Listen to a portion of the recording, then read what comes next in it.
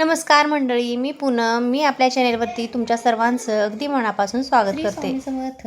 देवघरातील नारळाचे गुप्त संकेत हे अनेकांना माहीत नसतात, पण आपल्या पूर्वजांनी आणि संतांनी नारळाला अतिशय पवित्र स्थान दिले आहे. कारण नारळ हा फक्त फळ नाही, तर तो देवतांचे प्रतीक असतो. श्री स्वामी समर्थ. देवघरातील नारळाचे गुप्त संकेत हे अनेकांना माहीत नसतात, पण आपल्या पूर्वजांनी आणि संतांनी नारळाला अतिशय पवित्र स्थान दिले आहे. कारण नारळ हा फक्त फळ नाही, तर तो देवतांचे प्रतीक मानला जातो. जेव्हा आपण देवघरात नारळ ठेवतो, तेव्हा तो नारळ आपल्या घरातील ऊर्जा, आपल्या मनातील भावना आणि देवतांची कृपा याचे संकेत देत असतो, असे मानले जाते. विशेषतः कुलदेवता, कुलदेवी यांच्यासमोर ठेवलेला नारळ हा साधा नसतो. तो घराच्या रक्षणासाठी जोडलेला असतो. अनेक घरात वर्षानुवर्षे परंपरेने नारळ घट ठेवला जातो. काही ठिकाणी नवस पूर्ण झाल्यावर ठेवला जातो, तर काही ठिकाणी वर्षातून एकदा बदलला जातो. पण हा नारळ शांतपणे आपल्या घरातील स्थिती सांगत असतो.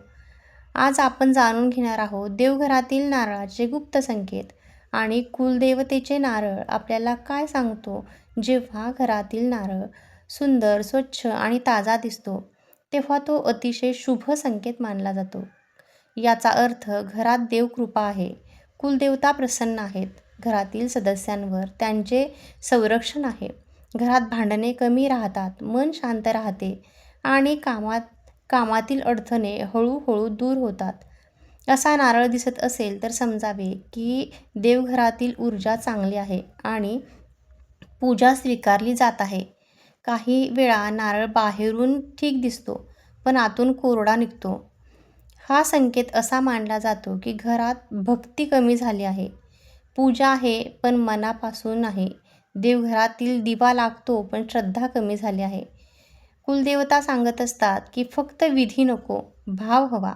अशा वेळी सकाळी, संध्याकाळी 2 मिनिटे जरी असली तरी मनापासून नामस्मरण करा. देवांना वेळ हवा असतो, भावना हवी असते. जर नारळावर अचानक तडे गेले किंवा केसाळ भाग फुटू लागला, तडा गेला तर काही जण घाबरतात, पण लगेच वाईट समजू नये. अनेक परंपरा हा संकेत घरातील नकारात्मक ऊर्जा नारळाने घेतली असे मानले जाते. म्हणजे घरावर आलेली अडचण नारळाने शोषून घेतली. म्हणूनच काही वेळा पूजा झालेला नारळ आपोआप फुटतो, तळा जातो असे म्हटले जाते. अशा वेळी कुलदेवतेचे आभार मानून नवीन नारळ ठेवावे. कधीकधी नारळावर काळे डाग देखील दिसू लागतात, तो खराब होण्यास सुरुवात होते. हा संकेत सांगतो की देवघराची स्वच्छता कमी झाली आहे किंवा घरातील वातावरण जड झाले आहे. जास्त राग टाकताना वादविवाद असतील तर देवघरातील वस्तूंवर त्याचा परिणाम होतो असे मानले जाते. म्हणून आठवड्यातून एकदा देवघर स्वच्छ करावे. गंध, फुले, दिवा, अगरबत्ती जागा पवित्र ठेवावी. जर नारळ खूप दिवस खराब न होता जसाच्या तसा टिकून राहिला तर तो अत्यंत शुभ संकेत मानला जातो. याचा अर्थ कुलदेवतेचे संरक्षण घरावर आहे. काही नारळ वर्षभर ठेवला तरी खराब होत नाही.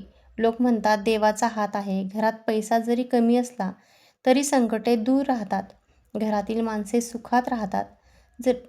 जर पूजा करताना नारळ हातातून पडला तर लोक घाबरतात, पण लगेच अशुभ समजू नका. काही वेळा हा संकेत असतो की देव तुमचे लक्ष वेधत आहे. पूजा नीट करा. मन विचलित आहे, विचार जास्त आहेत, स्वतःला शांत करा. देवघरात बसून 2 मिनिटे डोळे मिटा आणि प्रार्थना करा. कुलदेवासमोर ठेवलेला नारळ वारंवार वाकडा होतो किंवा फिरतो असं काही जण सांगतात. याचा अर्थ घरातील ऊर्जा बदलत असते असे मानले जाते. काही नवीन घटना घडणार असतात. घरात पाहुणे येणे, शुभ कार्य ठेवणे किंवा निर्णयाचा काळ सुरू होणे असे संकेत असू शकतात. जर नारळाजवळ मुंग्या येऊ लागल्या तर त्याकडे संकेत म्हणून पाहिले जाते. मुंग्या अन्न आणि साठवण्याची प्रतीक आहे. काही जण म्हणतात घरात धन येणार, पण प्रत्यक्षात स्वच्छता करणेही गरजेचे आहे. संकेत मानला तरी उपाय म्हणून देवघर स्वच्छ ठेवावे. जर देवघरातील नारळाजवळ दिवा सतत शांत भेटत असेल तर देवघरातील ऊर्जा संतुलित आहे असे मानले जाते. जर दिवा वारंवार विझत असेल तर घरात तणाव किंवा नकारात्मकता वाढली आहे असे लोक मानतात. अशा वेळी रामरक्षा किंवा कुलदेवतेचा जप नक्की करावा. जर घरात सतत अडचणी येत असतील, पैसा टिकत नसेल, वाद होत असतील, तर देवघरातील नारळ बदलण्याची वेळ आली आहे, असे अनेक ज्येष्ठ लोक सांगतात. जुना नारळ आदराने विसर्जित करून नवीन नारळ ठेवावा. त्याच दिवशी घरात गोड पदार्थ करावा. नारळाला 3 डोळे असतात. ते ब्रह्मा, विष्णू, महेश यांचे प्रतीक मानले जाते. म्हणून नारळ देवतांना प्रिय आहे. कुलदेवतेसमोर ठेवलेला नारळ म्हणजे त्रिदेवांचे संरक्षण आपल्या घरावर आहे असे मानले जाते. म्हणून त्यांचा अपमान करू नये. जर नारळ ठेवताना मनात संकल्प केला असेल आणि काही दिवसात कामे सुटू लागली तर हा देवकृपेचा संकेत आहे. कुलदेवतेचा नारळ फक्त वस्तू नसून श्रद्धेचे केंद्र असतो. त्यातून मनाला बळ मिळते. काही वेळा स्त्रियांना स्वप्नात नारळ दिसतो. देवघरातील नारळ हातात घेतल्याचे स्वप्न पडते किंवा असे स्वप्न खूप शुभ मानले जाते. घरात मंगलकारक किंवा अडथळे दूर होण्याचा संकट दूर होण्याचं ते एक प्रतीक असू शकतं. जर नारळ बदलायचा असेल तर नारळ बदलताना आतून पाणी निघाले तर आनंदाचा काळ येतो असे म्हटले जाते. जर पूर्ण कोरडा निघाला तर पूजा वाढवा असे संकेत मानतात. हे सर्व श्रद्धेवर आधारित आहे, पण यातून भक्ती वाढते. कुलदेवतेचा नारळ वर्षातून कधी बदलावा असा प्रश्न पडतो. बहुतेक घरात गुढीपाडवा, अक्षय तृतीया, दिवाळी, दसरा किंवा कुलदेवतेचा विशेष दिवस जसे की नवरात्र या दिवसांमध्ये आंघोळ करून स्वच्छ होऊन नारळ बदलावा. जुना नारळ कधीही कचऱ्यात टाकू नये. वाहत्या पाण्यात विसर्जित करावा किंवा झाडाखाली तो दफन करून ठेवावा, जेणेकरून त्याला कोणाचाही पाय वगैरे लागणार नाही. त्याला आदराने निरोप द्यावा. जर घरातील लहान मुलं देवघरातील नारळाशी खेळत असतील तर त्यांना प्रेमाने समजवावे की हा कुलदेवतेचा नारळ आहे असे सांगावे. घरातील संस्कार इथून सुरू होतात. काही वेळा लोक विचारतात, कुलदेवतेचा नारळ काय सांगतो? उत्तर सोपे आहे. घरातील वातावरण सांगतो. जर घरात प्रेम असेल तर नारळ शुभ वाटतो. जर राग असेल तर मन अशांत राहते. जर घरातील लहान मुलं देवघरातील नारळाशी खेळत असतील तर त्यांना प्रेमाने समजवावे की हा कुलदेवतेचा मान आहे असे सांगावे. घरातील संस्कार इथून सुरू होतात. काही वेळा लोक विचारतात, कुलदेवतेचा नारळ काय सांगतो? उत्तर सोपे आहे. घरातील वातावरण सांगतो. जर घरात प्रेम असेल तर नारळ शुभ वाटतो. राग असेल तर मन अशांत राहते. देव संकेत वस्तूंनी देतात, पण समज मनाने घ्यायची असते. देवघरातील नारळ आपल्याला सांगतो की घर स्वच्छ ठेवा, मन स्वच्छ ठेवा. अशा साध्या साध्या गोष्टी ज्या आहेत त्याच्यातून देव आपल्याला संकेत देत असतात. कुलदेवतेचे स्मरण करा. जर एखादा नारळ घरात वारंवार खराब होत असेल तर तुमच्या देवघरात काही नकारात्मकताही असू शकते. आध्यात्मिक श्रद्धेसोबत व्यवहार ज्ञानही महत्त्वाचे आहे.